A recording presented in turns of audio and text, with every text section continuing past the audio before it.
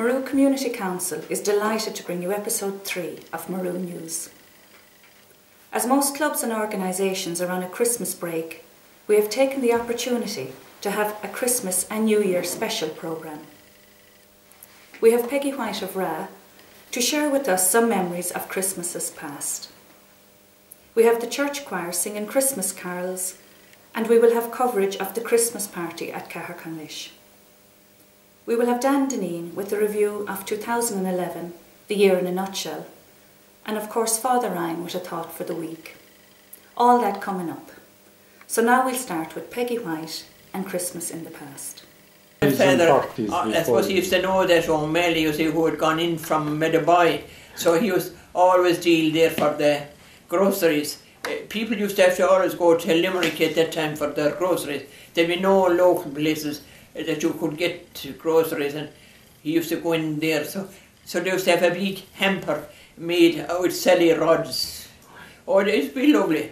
It would be about 3 or 4 feet high and very wide, and they'd bring in that into the horse and car outside in the yard. They'd bring in the hamper there in the middle of the kitchen floor, and they'd have the porter was in it, and a bottle of sweet wine and a barnbrack. The barnbrack would be a present from the shop, and every kind of a thing that they'd sugar and tea and not butter, but everything else that you'd want, marmalade and jelly and every kind of a thing there, and we all around and we all pulling out the lovely straw would be around the bottles to keep them from getting broken, and we'll searching through the straw to see what you could find. But there was Christmas Eve, and my mother then should have this lovely, she'd get the goose ready, and we'd have, there's a goose that everyone was there for dinner then. And did you rear the goose yourself? Did you rear the goose yourself? Yeah, we used to have the geese, you see. And so they'd kill the goose, she'd kill the goose today and pluck it outside there in the house and bring it in here then and open it up, and so she used to make this stuffing then. It used to be potato stuffing, and it always, I don't know why now, but they were before America.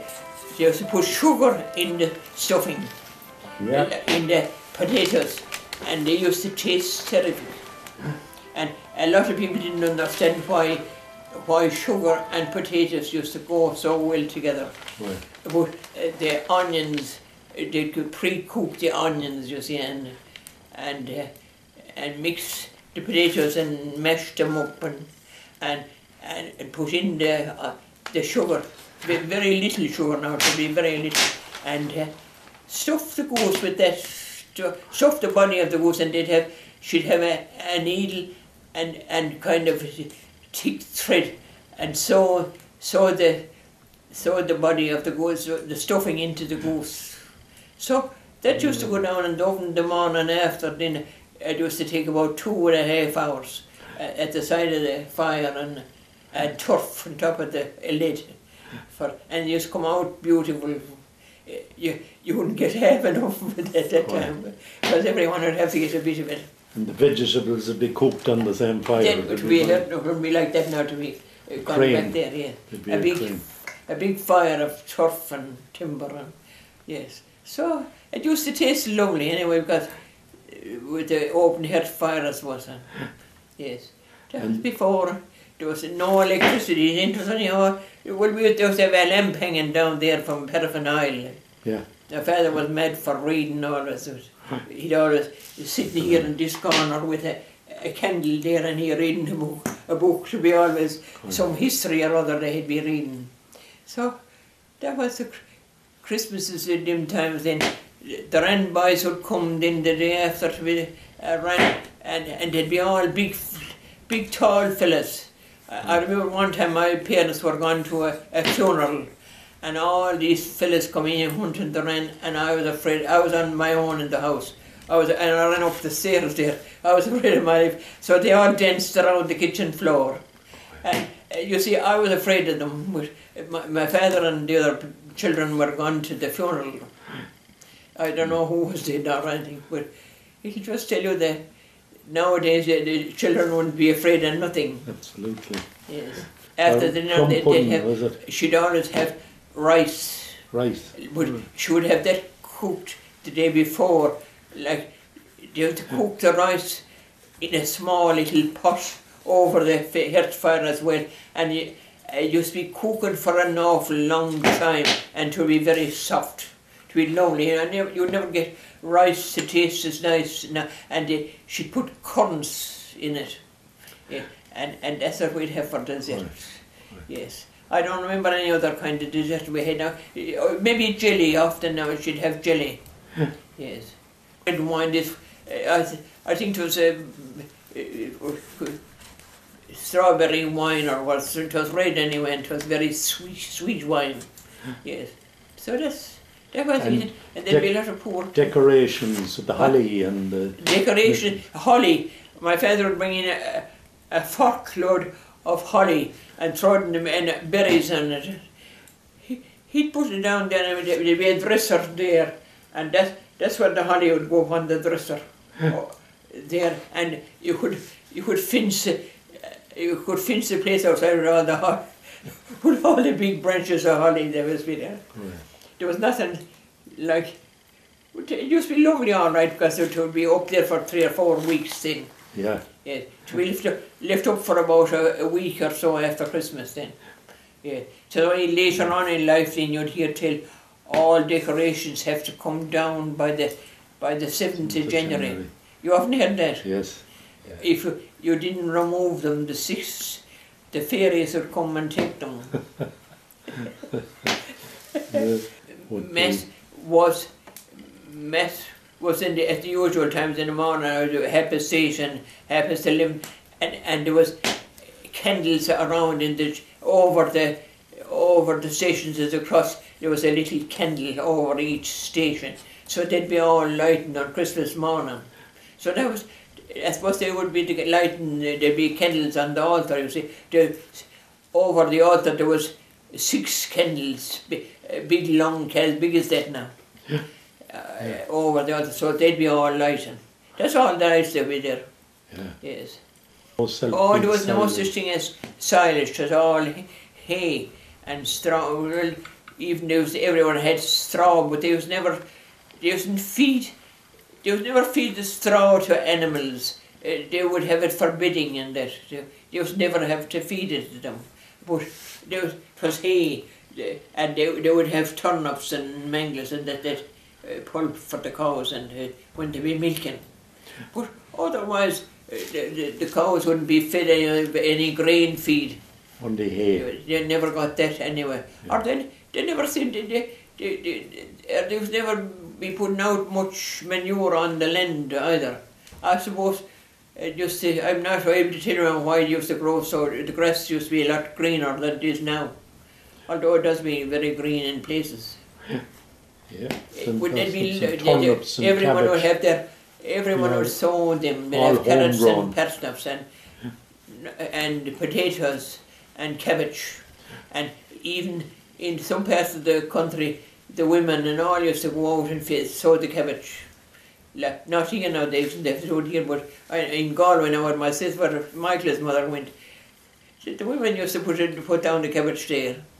And they used to have to get cabbage for the household, but down here, people used to sow it out in the land, and you never would have to go out for it. Maybe somebody would bring it in for the cook it for the dinner. Yeah. It's just big white heads.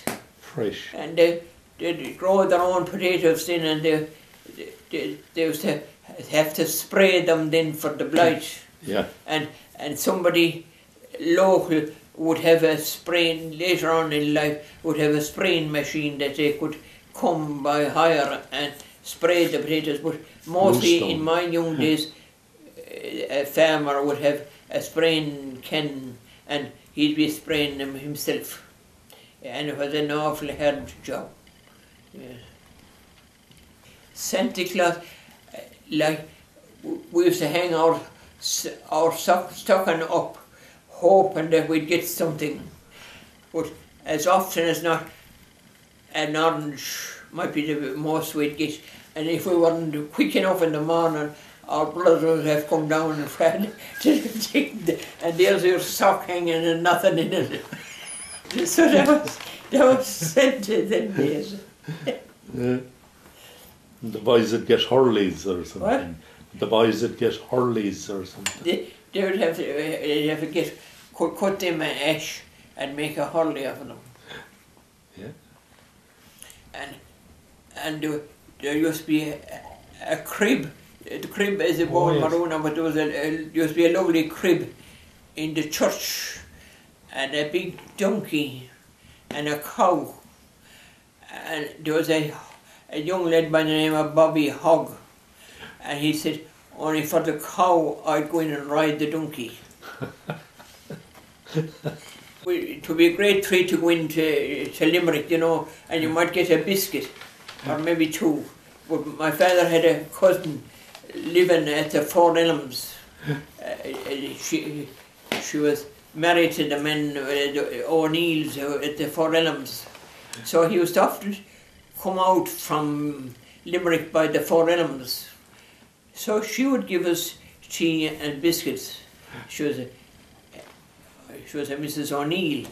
And we stayed too late one night anyway, and we were coming home, and Tom and myself was in the truck car with him, with my father, and he didn't know the road, but I know a candle in the lantern in the car, and no lights, and he went astray going home.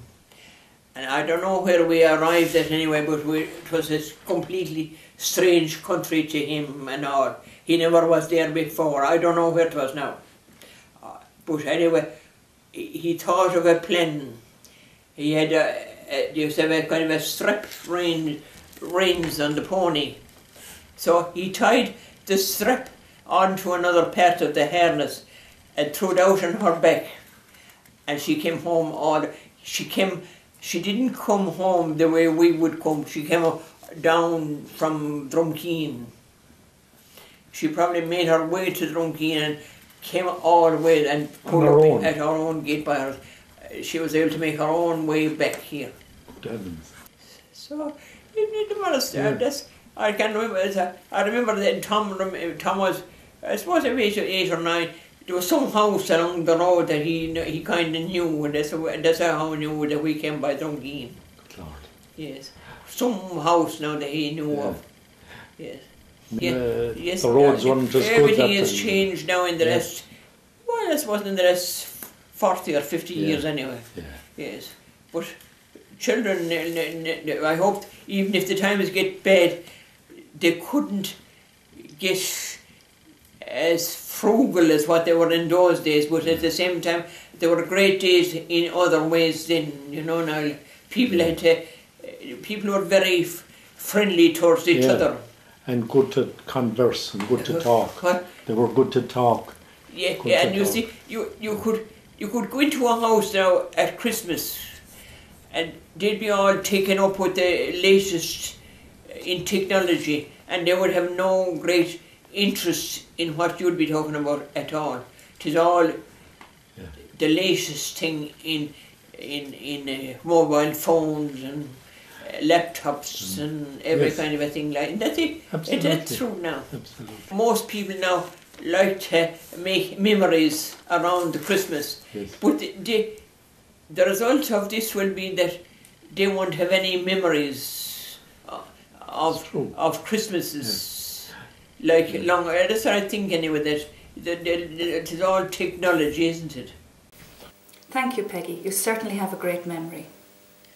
Peggy will return to us in the near future with memories of her nursing training in England in the 1930s.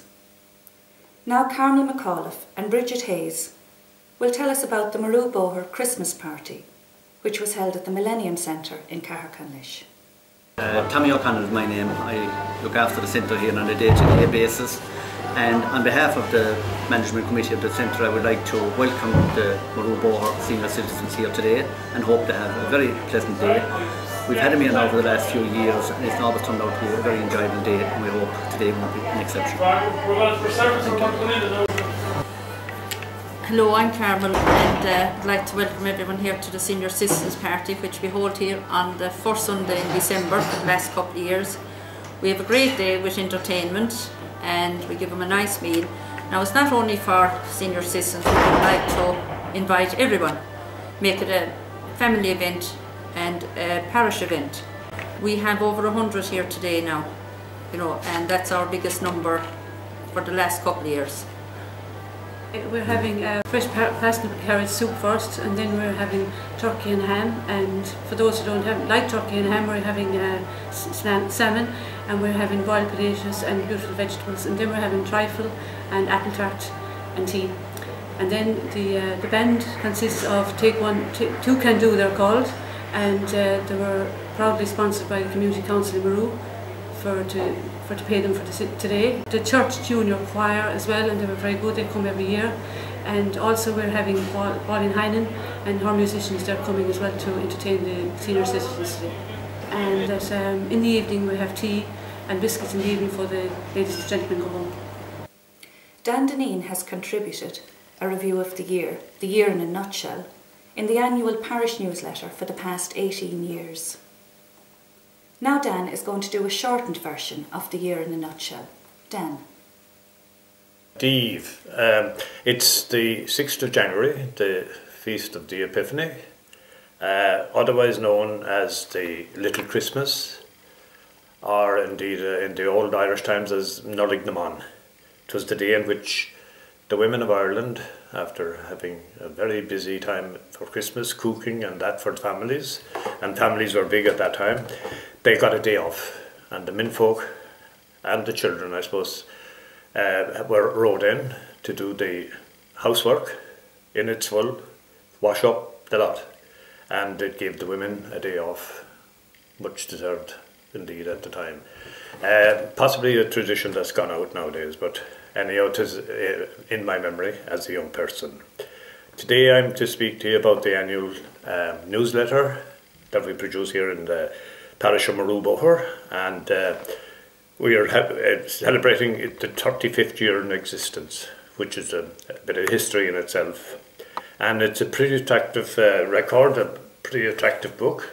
It's now coloured and totally coloured and full of very interesting articles relating to the parish, and also and it says 100 pages in content. It's a very far cry indeed from the first newsletter we brought out in 1976, which was either a 6 or an 8 pager as far as I remember, and with a hefty price of 5p. Nowadays our newsletter, as we can expect, costs in or around €10, but it's splendid value for money for those who are living at home, and especially for those who are living abroad. It's a very good record of what's happening in our parish during the past year. My contribution to the newsletter started some almost 20 years ago now, and I came up with the idea of doing an article which covered the annual events of the parish and of the wider world indeed, and I gave it the name The Year in a Nutshell. And it has been very successful, and people, I've been told from time to time that people like that article, and I suppose it's encouraging when you get that kind of remark to continue and to produce this article annually. And I have no notion of calling it a day yet. They'll possibly have to shoot me to get me out of this position. But anyhow, looking back recently at some of the first editions of my nutshell, I discovered that I made a statement that life in general is dominated by 5 or 6 or 7 major topics, namely the weather, sports, religion, farming, politics, celebrations, deaths, marriages and births, possibly the other way around, and there's only a minor difference in those things today. Maybe we're talking about some of the new topics we might be talking about now would be the email, the recession, immigration once again, and maybe Skype, and these are all sort of new things. But anyhow, that's a brief account of what's in the nutshell. So I will now go forward and read the contents that's of interest to the parish, to the people of the parish, and indeed people who are living outside the parish who would know Maru and would be interested in the happenings in Maru.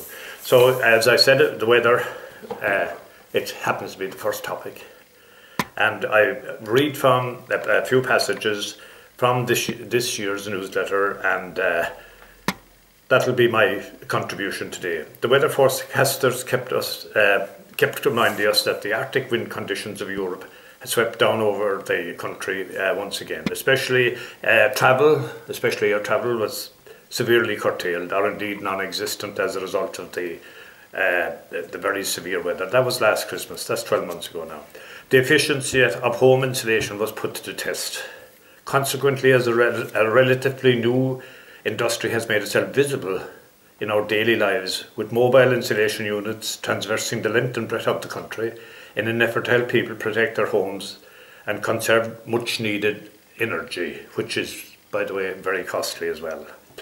In terms of the ability to conserve energy, householders were faced with burst pipes or worse, freezing over of the water tanks and all the attended misfortunes that this brings. So that's the weather aside. We will go on then, and early in February, as promised by the last government, we were having a general election, and that took up our time for a number of weeks, and indeed it came up with spectacular results at the end. The general election in February gave us some spectacular results, ending up in a Fine Gael Labour coalition with a large majority, for better or for worse. We've all never experienced such a wipeout as they did on this occasion. And on the other hand, a record number of independents, 14 in total, representing all shades of opinion, find themselves in the Dáil for the next 5 years. Maru have an annual exposition, and this is held generally early February, Valentine's week, generally, and we're happy to report that this was an overwhelming success. Got wonderful local support, and exhibits from local people, and that's what it's all about. During that, just immediately after that, we during the early spring, the children's playground, which is centrally placed in the village, was blessed by Father Ryan and opened by J.P. McManus in the presence of a large gathering of both young and old from the parish and beyond. In March, April again, we were honoured with the visit from President Mary McAleese and her husband Martin. They said they would come for about half an hour, but they stayed an hour and a half, and the village was thronged for that gathering. The visit progressed. As the visit progressed, security, which was at an extreme at the start, became very relaxed, and by departure time, we had all either received a hug or a kiss or a shake hands, or even all three. The next visitor of note was Bill Cullen. Bill was invited here by the residents of Gavin Ban Association, and he helped motivate. His idea of visit was to help people to motivate themselves in these desperate times. Self-belief, self-worth and creativity were Bill's main topics. And Bill, who came to prominence in recent television programme The Apprentice, and prior to that in the autobiography A Long Way from Penny Apples, was an inspiration, and had no difficulty in holding the packed hall spellbound for 2 hours.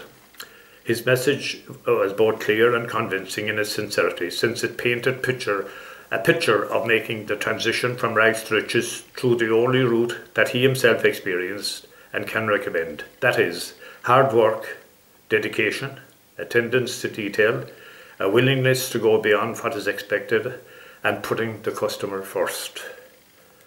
What was most appealing about his address was the belief in the inner happiness that stems from personal commitment to a worthwhile task and is more valuable in the long term. than external rewards. He concluded with the message to the young people of the audience saying that full dedication, when applied to well-researched products, will pay thousandfold. It would be remiss of me not to mention to the readers that this man is approaching his 70th year and is still very active and never misses his daily cycle. 16 miles a day, I think, is what he aims at. Keeping the body fit, and which is a key matter in his message for success in life. We go then to the Limerick hurling scene, which is thankfully back on the rails again. We had a very bleak year last year. We had no team representing us, which was just a disaster. And hurling in Limerick has once again has cropped up, and is cropped up in a good way. And the future looks very bright. So bright indeed that in the hurling world, Limerick end up winners of Division 2 in the National League when they beat Dublin. At the very time that this happened, Sean O'Callaghan, which was a regular Sunday night contributor to the sports results for the 32 counties on radio for all of 63 years. He called it a day, and this must surely be a record for broadcasting achieved by this 88-year-old Newcastle West man. On again to elections, this time presidential.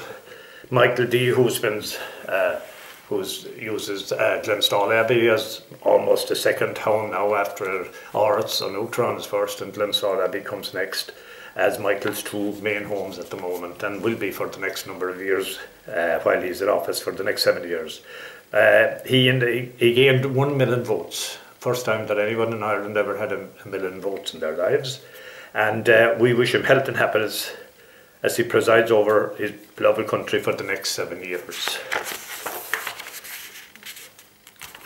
Closer to home, our annual Tidy Towns report was published in September, and we were pleased to receive 9 extra marks this year. The children's playground, being the new amenity in the area, was very helpful in this regard.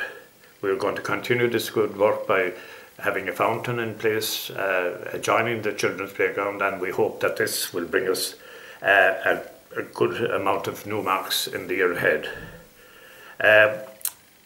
Generally speaking, and I suppose the parish is part of the country and the country is part of the world, one thing that struck me was that an article I read on some of the papers about our population and world population. So I'll read a little bit here about the situation that we find ourselves in. We had 1 billion people on Earth in 1800, which is only just 200 years ago. This number doubled to 2 billion by 1900. It took 100 years to get another billion on Earth. In the last day of October 2011, a population of 7 billion was recorded. And to keep this in mind, that we have reached this 6 billion mark, keeping in mind that we reached the 6 billion mark in 1998, a mere 13 years ago. Further statistics reveal that 7 billion now present, of the 7 million now present, 1 billion are obese, mind you, and seriously obese and require medical attention. A further billion are malnutritioned and starving. Many of the latter group are dying like flies on a daily basis from lack of food in a world that can boast of food surpluses. Difficult to understand, wouldn't you agree? Also, another little figure that's there is that for those of us who are Roman Catholic, I think the Pope claims that his flock is 1.3 billion. So an easy calculation is to find out what percentage of the world are Catholic. You'll be glad to hear that I'm coming to the end, maybe. Well, and this is it. While the paper allotted to this article is plentiful, the ink is running low, and therefore I wish to end in a positive and upbeat note that centres on the topics close to my on topics close to my heart. Yes, you have guessed it: the weather and sport. We've been spared the harshness of a typical November weather so far. In fact, temperatures are high and the weather is exceptionally mild as I sign off. The other upbeat news come in our recent win over Estonia and soccer. May the year 2012 lead us to further sporting glory, and may all our newsletter readers and our families have a safe, holy and happy Christmas and a prosperous New Year. Slán go fóill. Before Christmas, the church senior and junior choirs sang Christmas carols in the Church of the Holy Rosary in Maru. Here now is an excerpt from that lovely carol service.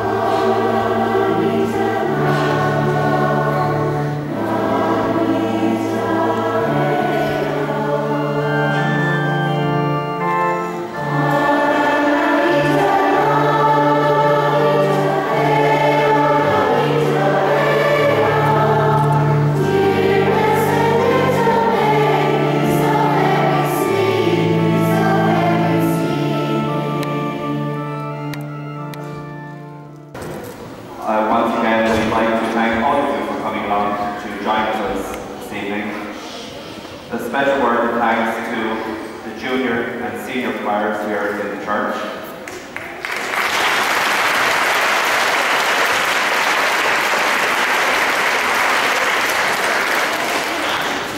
To the staff and children of our local school here in the room.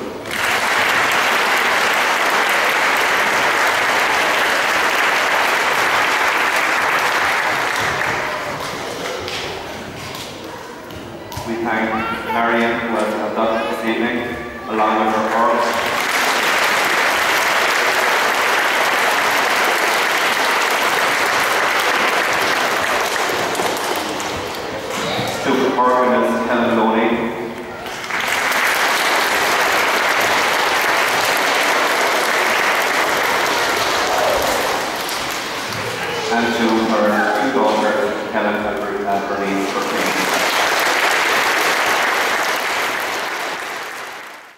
And now for the final item in our programme, A Thought for the Week with Father Ryan.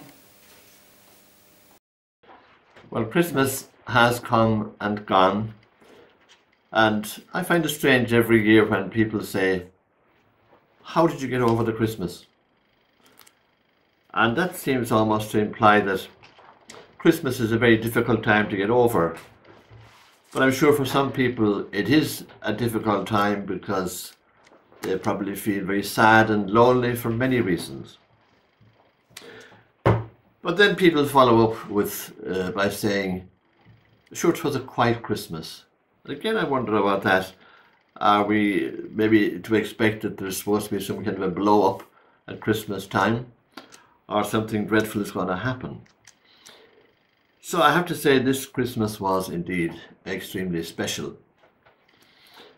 We had great crowds at the masses, and there was a wonderful spirit of friendship and peace, and it was just one great big family, so it seemed to me.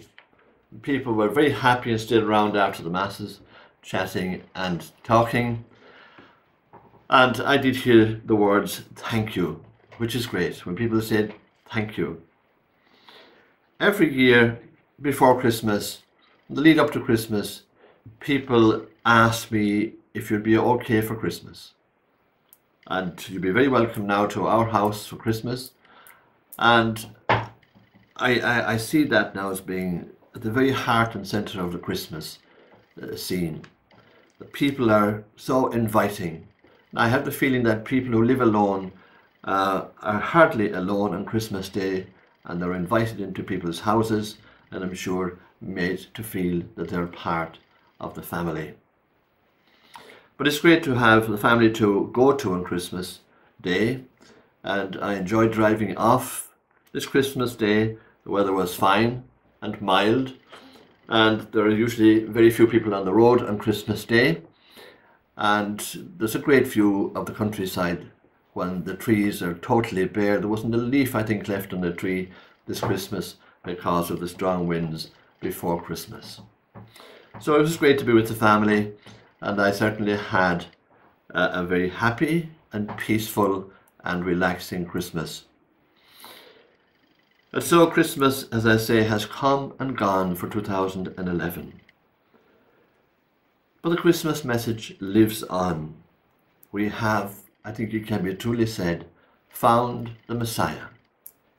We found the peace, the welcome and the friendship and the hospitality of Christ in the people around us. And also in the peace and the quiet of this special time. All the ends of the earth have seen the salvation of our God. I wish you all a very happy and peaceful New Year. We hope you have enjoyed episode 3. In upcoming programmes, we will have more interviews with our senior citizens, along with news of sports and other organisations. If there are any special topics that you would like us to cover, please let us know and we'll try to include them. Slán.